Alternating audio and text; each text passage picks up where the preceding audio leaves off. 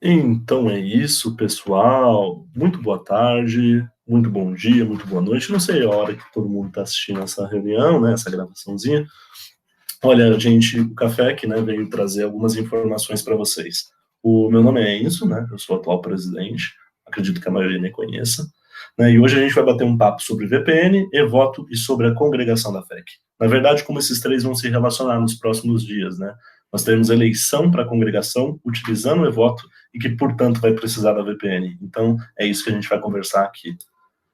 A primeira coisa, né, a gente veio trazer para vocês múltiplas informações e eu acredito que todo mundo esteja ávido, ou pelo menos queira saber um pouquinho, né, do porquê a gente utiliza a VPN ou da importância dela. Bom, a VPN vem de rede privada virtual, né, e sobretudo é uma comunicação construída sobre uma rede pública. Pensa que existe a rede pública e eu vou construir algo sobre aquela rede que é justamente a VPN. E assim, quando a gente está falando em rede pública, obviamente a gente está falando de uma rede de dados, né, uma rede de informação, que no caso é a internet, a gente vai falar sobre a internet. Basicamente, eu tenho protocolos que não são seguros e, através de um processo dessa construção, eu quero trazer uma conexão criptografada, né? Criptografado vem de protegido, de seguro, né? Colocado uma chave, vamos dizer assim. Para quem quer entender um pouco melhor, a VPN ela é basicamente uma série de computadores interagindo. Esse fluxo de informações recebe um caminho alternativo, que é a VPN, e esse caminho ele é seguro porque não permite extravio de dados, etc. Bom, falando da internet, né, a gente sabe que a internet são uma série de computadores que são ligados e conectados por uma rede mundial e pública, né? Então, sobretudo, todos os computadores do mundo têm o mesmo compartilham, né, de uma mesma rede que permite essa troca de dados, esse fluxo de dados. É um dado interessante, né, até para a gente ver o quanto a gente é privilegiado, é que aproximadamente 2 bilhões de pessoas utilizam hoje a internet. Privilegiado porque a gente vive num planeta com 8 bilhões, né? Então, aproximadamente um quarto da população está usando a internet, né? Mas ainda assim, 2 bilhões de pessoas compartilham a mesma rede que é pública. E muitas vezes a gente sabe que existem pessoas mal intencionadas, etc., que querem roubar nossos dados ou que querem fazer um uso dos nossos dados que necessariamente nós não queremos destinar. Pessoas que querem nos vender algo, querem nos dar algum tipo de ideal, ou precisam das nossas informações para qualquer tipo de intenção que não é desejado, né? E justamente por isso a gente fala que essa rede gigantesca, ela falha às vezes, né? Ela falha principalmente em 3 aspectos, que foram os aspectos que originaram, né, que são motivação para o projeto da VPN. O tunelamento, a criptografia e a autenticidade. A criptografia a gente falou, né, que é a proteção, mas a autenticidade, pensa, algo é verdadeiro? Quando eu estou clicando naquele link, eu de fato vou ser redirecionado para onde eu quero ir, certo? Tunelamento, né? Será que eu não vou clicar no link e ser mandado para um outro site? Veja, o conteúdo ser verdadeiro e o conteúdo ser me transferir, né, para um outro lugar são problemas muito recorrentes na nossa vida e no nosso acesso à internet. E as VPNs, né, não existe só da Unicamp, elas vêm justamente corrigir essas falhas. Quando a gente estuda na engenharia química, né, e imagino que a maioria dos que estão assistindo esse vídeo são engenheiros químicos, muito como é o fluxo, né, o fluxo de fluidos, a condução de calor, mas a gente acaba não estudando o fluxo de dados porque faz parte da ciência da computação. E para quem se interessa, olha que curioso, né, os dados eles fluem, assim como outras, né, grandezas, através de camadas, né. A gente fala que existem 7 principais camadas aqui: aplicação, apresentação, sessão, transporte, rede, enlace e a camada física. Sobretudo, os nossos dados, as nossas informações pessoais, elas estão ligadas à camada de transporte e de rede. E é justamente sobre essa camada 4 e camada 3, como vocês podem ver na imagem, que as VPNs vão atuar, protegendo esses dados. Então, como é que a VPN me ajuda? A VPN ajuda com proteção. Vou te dar um exemplo. Existe o serviço de IP Security Protocol, certo? A internet funciona com protocolos, então o protocolo de segurança IP, que VPNs imaginam, que VPNs promovem. Para quem tem dúvida, IP é um número, né, ou um rótulo que cada computador tem. Pensa assim, né, vou até colocar uma imagenzinha para você entender. Aqui, uma etiquetinha. Quando você está navegando nessa rede pública de 2 bilhões de pessoas, o seu computador ele é um entre bilhões. Então ele precisa ser identificado. E é justamente através do IP.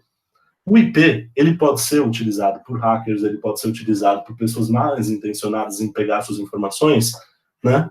E justamente por isso ele precisa ser protegido. E a VPN, por exemplo, uma das suas funções é criar uma conexão que seja privada dentro dessa conexão mundial e pública, protegendo o seu endereço, impedindo, né, que pessoas de fora dessa camada de proteção adquiram o seu número. Olha, eu gosto de fazer uma analogia, né, que não sei se é a mais correta, mas, por exemplo, pensa que você tem os seus dados escoando por um grande tubo, né, um trocador. E aí você vai colocar um outro tubinho, né, esse outro tubinho seria sua VPN. Você está escolhendo uma outra maneira dele escoar, né, não necessariamente um outro perfil, mas os seus dados eles estão fluindo de outra maneira e com uma outra camada de proteção. A VPN é justamente essa camada, né, esse tubo com diâmetro menor, que vem proteger os seus dados. Tá bom? Onde ela surgiu? Surgiu, na verdade, quando, né, surgiu em 1976, justamente pela necessidade de se proteger a informação. Pensa que tudo bem, ninguém pode querer a informação de uma pessoa física como eu, mas grandes governos e instituições sempre são ameaçados. E surgiu por causa desses dois homens, né, o Diffie e o Hellman. Como eu falei, eu não sei se eu cheguei a falar, na verdade, mas uma série desses conceitos, né, exige engenharia da computação, e eu tenho certeza, né, de que se alguém da ciência da computação estiver vendo, vai achar uma série de incongruências, mas é apenas para fins didáticos, né, para que a gente possa todos se inteirar e participar do assunto. Bom, por que a Unicamp utiliza, né, uma VPN? Pensa só, a Unicamp é uma grande instituição que tem como missão, né, disseminar o conhecimento e promover formação acadêmica e científica. Para isso, a gente precisa ter acesso a dados privados, né, dados que outras pessoas produziram e que a gente não quer que extravie. Né? Quando você está produzindo algo, você quer patentear, você não quer que esse dado extravie. Então, você precisa ter uma conexão segura. Ou melhor, você, enquanto cientista, vai precisar ter acesso à informação ou a documentos que outras pessoas produziram, mas que elas não querem que caia na mão de qualquer um. Ela confia na instituição Unicamp para fazer um bom uso, mas ela não confia na rede pública de internet. Então, alguns documentos, né, entre as pessoas ligadas à Unicamp têm direito, né, a acessar. Esses documentos são artigos, revistas, periódicos, né? Eu acho que todo mundo, né, seja do início do curso ao final, teve acesso ao Web of Science, que lá você já deve ter visto, né? Às vezes ele pergunta, quando você está logando, né, no Web of Science fora da Unicamp, mas qual que é a sua instituição? E veja, não acontece essa pergunta não aparece quando você está dentro da Unicamp. E aí você já começa a ver o papel da VPN, né, como aquele túnelzinho, como aquele cano a mais, né, que protege com um diâmetro menor. O seu computador, entre 1000 aspas, vai ser... a VPN, entre 1000 aspas, emula, né, o seu computador como um computador Unicamp. Então, quando ela estiver ligada, é como se você estivesse na Unicamp. E você consegue ter dados e informações que pessoas que estão na Unicamp conseguem ter, mas de fora não. E você, por ser aluno de lá, tem acesso a um serviço remoto, né, da sua casa, emular o seu computador como um da Unicamp. Não apenas para adquirir dados, mas também para fazer alguns processos administrativos, como, por exemplo, o que a gente vai ser submetido nos próximos dias, que é essa eleição da congregação. Bom, como está lá? E olha, gente, eu vou ser bem sincero, o Café poderia fazer 10 mil tutoriais, mas eu acho que o melhor de todos já está feito, né? Não tem por que a gente reinventar a roda. E quem acessar o do centro de computação, digitar no Google, né, VPN Unicamp, vai ter acesso a esse tutorial. A gente vai só mostrar os principais passos aqui, né? Você vai acessar o centro de computação, tutorial VPN, vai abaixar até o final da página e lá vai ter a escolha do seu sistema operacional. Quem tiver um computador Linux, aperta no Linux, quem tiver utilizando celular iPhone iOS, quem tiver Android, assim por diante. Para fins, né, de agilizar e até mesmo por ser mais comum, vamos dar um exemplo do sistema Windows. Né? Você clica em Windows, não tem da versão 7 para trás, até porque a própria Microsoft não faz mais esse tipo de assistência. Você pode escolher a sua versão, por exemplo, a 10, baixa o arquivo clicando na 10, executa, né, depois que terminar de baixar, avança, conclui. Vai aparecer na sua área de trabalho o íconezinho da VPN, esse laranja, né, com uma antena. Clica nele e conecta, ok? Atenção que ele vai perguntar o seu username e a sua password, né, seu username é o seu RA, e a sua password é a sua senha normal, conforme cadastrado na DAC, e você já vai ter acesso, então, a uma rede privada de dados, como se o seu computador fosse um da Unicamp. Né? Mas assim, gente, a VPN ela tem seus bens e tem seus males, né? E alguns cuidados são necessários. Ao cadastrar, né, o primeiro cuidado é utilizem seu RA, né, quando ele perguntar na seção cadastro, né, quem é que está acessando, é RA@Unicamp, e não a sua letra inicial, RA@Unicamp, né? Eu acho que muita gente pode se confundir com isso. Além disso, um outro cuidado é quanto ao tipo de conteúdo que você está acessando. Pirataria é crime, gente, e ponto. Não tem como a gente defender isso, né? Mas quando você está utilizando um computador no Unicamp e promove uma ação que ela é pirataria, você está transferindo da pessoa física X, né, você, para a instituição Unicamp a responsabilidade sobre esse crime. E a Unicamp não vai ter dó, gente. Ela vai te processar, ela vai transferir o processo. Isso pode acabar fazendo com que você perca a sua vaga. Então, muito cuidado. Liguem a VPN quando precisarem e desliguem quando não precisarem. Primeiro, para que outras pessoas tenham acesso ao serviço. Segundo, para que você não corra nenhum risco, né, de transferir essa responsabilidade para a administração da Unicamp. Tá bom? O eVoto, né, que é o foco aqui da nossa discussão, ele é um sistema oficial da Unicamp e ele vai gerar um link que todo mundo vai receber via e-mail, né, com uma senha individual para poder acessar a votação. Nessa votação, né, vai ter os nomes dos candidatos que vão se inscrever também nos próximos dias e você vai poder votar. Eu coloquei aqui o e-mail que eu recebi no ano passado, só para exemplificar para você. Você vai receber o seu ID de eleitor, que é fundamental, mas basicamente é seu RA, e uma senha individual. Então, já adianto. Enzo, o Café pode enviar para mim a senha, porque eu já vou ter o trabalho, né, de baixar a VPN, será que ele não pode mandar a senha? Não. E eu aviso, o processo, ele visa, sobretudo, fazer uma eleição límpida, transparente e democrática, pessoal.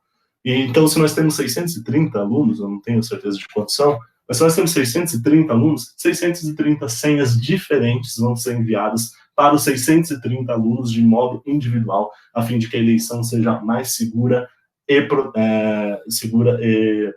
possível, tá bom? Então, você atente a isso.